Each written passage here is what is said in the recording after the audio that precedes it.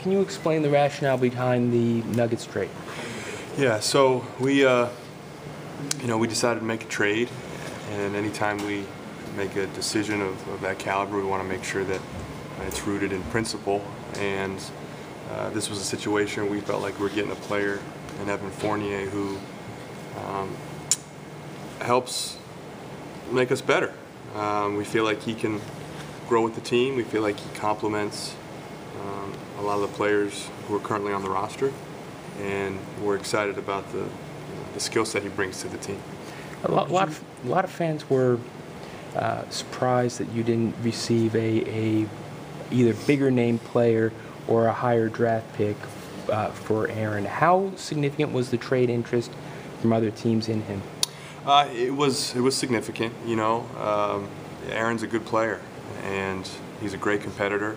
He's a great teammate, and you could see why a lot of teams had interest. As we started to parse through all the options that existed or that we felt like made sense for us, we felt this was top of the list for us. Rob Fournier had some big games. I think he had a 27, a 26, 15-something games where he made a lot of threes. Can you just talk about his ability to play the one and the two? Yeah, Evan's a guy that we see as a versatile player. He can handle the ball, he can help stretch the floor, and he can make plays. And we think he gives solid effort on the defensive end. So we just like what he brings to the table. We like the skill set he brings to the team. And we'll see how it goes. Reddick was going to be a free agent a couple years ago. You were proactive. You wanted to make sure you got an asset. Is it a similar line of thinking with Aaron, who's going to be a free agent after this coming season? I'd say somewhat similar, but not the same. We didn't go into this period of the calendar year mandating that we make a move. We wanted to read the situation and try to discover opportunities, and when we found one that we liked, we felt it made sense. But never an easy decision, especially when we decided to trade someone of Aaron's caliber, mainly just as a professional and as a competitor. What was the rationale for doing it now as opposed to waiting until later in the summer or perhaps leading up to February's trade deadline? We just felt this made the most sense for our team at the present time. We really like how Evan fits with our team, and we like what we feel he can bring to our team now and moving into the future. Did you get to see Aaron and Elfrid play together in Prague last July? Were you there to watch those two kind of go? I was not there Okay. in person, but Matt Lloyd and Marty Artigas, our international scout, they were there. Did he see a chemistry? Both of those guys talked about how well they bonded together, and they remember playing with each other. Yeah, when we had them in for visits, they had mentioned each other when we asked them about the experience in Prague. And I think as we watched that tournament, you could just really see the competitive spirit that both of those guys played with, and that was attractive to us. Rob, I don't remember what news outlet reported this. Maybe one of you guys can help. Some news outlet reported that the Magic turned down an offer that would have included the 24th overall pick for Aaron Aflalo. Is that accurate? Josh, I'm not going to comment on different permutations or different so-called rumors about what trades may or may not have been realistic or real.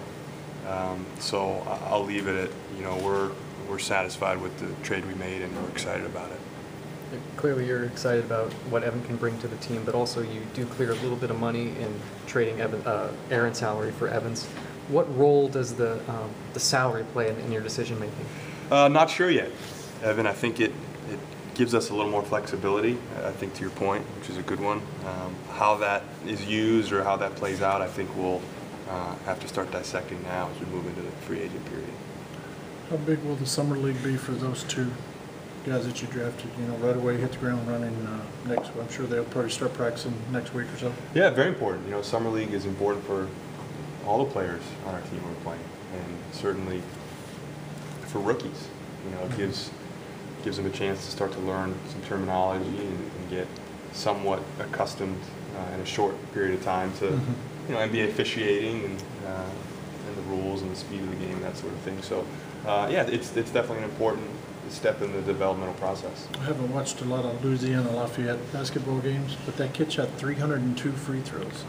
Does he just live in the paint? Does he beat guys off the dribble? He was able to get to the rim quite a bit at college, and I think it speaks to his mentality. Elfrid is someone who I think sees the game in attack mode, and we like that about him. Rob, when you acknowledged in the press conference that both Elfrid and Aaron recognize that they need to improve their shooting and their free throw shooting especially, and embrace that, how do you guys, your coaching staff, go about helping them with that? Do they get assigned a specific coach on the coaching staff? Do you guys bring aboard a shooting coach? Yeah, good question. I think that's a good question for Jacques. You can ask tomorrow at the press conference. But hard work, repetition, and a mentality to really want to improve, and an ambition to want to improve. That's where we'll start, and we'll go from there. Rob, Rob, what interests you in Marble at 56, and what does he bring to the team? Yeah, Roy is someone who we feel can bring a lot of different things. He's skilled. He knows how to play the game. He has an aptitude and an intelligence level on the floor that we feel helps make other players better. So more of an overall cerebral, instinctual element to his game that we like quite a bit. A lot's kind of made in the NBA today about the positionlessness of it, and we're seeing with this team especially how there's a lot of guys who can play multiple positions, maybe switch on defense, guard multiple guys. Was that something that you were looking for in drafting a guy like Aaron Gordon who can play both forward spots, and even Elfrid Payton who could probably play 1 and 2 alongside Victor? We value versatility, and we value players who are able to impact the game on a variety of fronts. And anytime we're able to try to add versatile players to our team, we're going to look to do that. We believe in the value that has. Back to Josh's question about improving shooting. If Coach Vaughn or you or anybody else in the organization were to determine that hiring a shooting coach would be the best course of action for the team, is that something that's in the budget? Yeah, we'll see. We'll do whatever it takes we feel we need to do to help the team. The DeVos family has shown that in the past and is committed to doing that presently and into the future. So if we feel that's a necessary step, we'll make that step. All right, everyone good? Good. We'll continue Long this day. tomorrow at 3:30.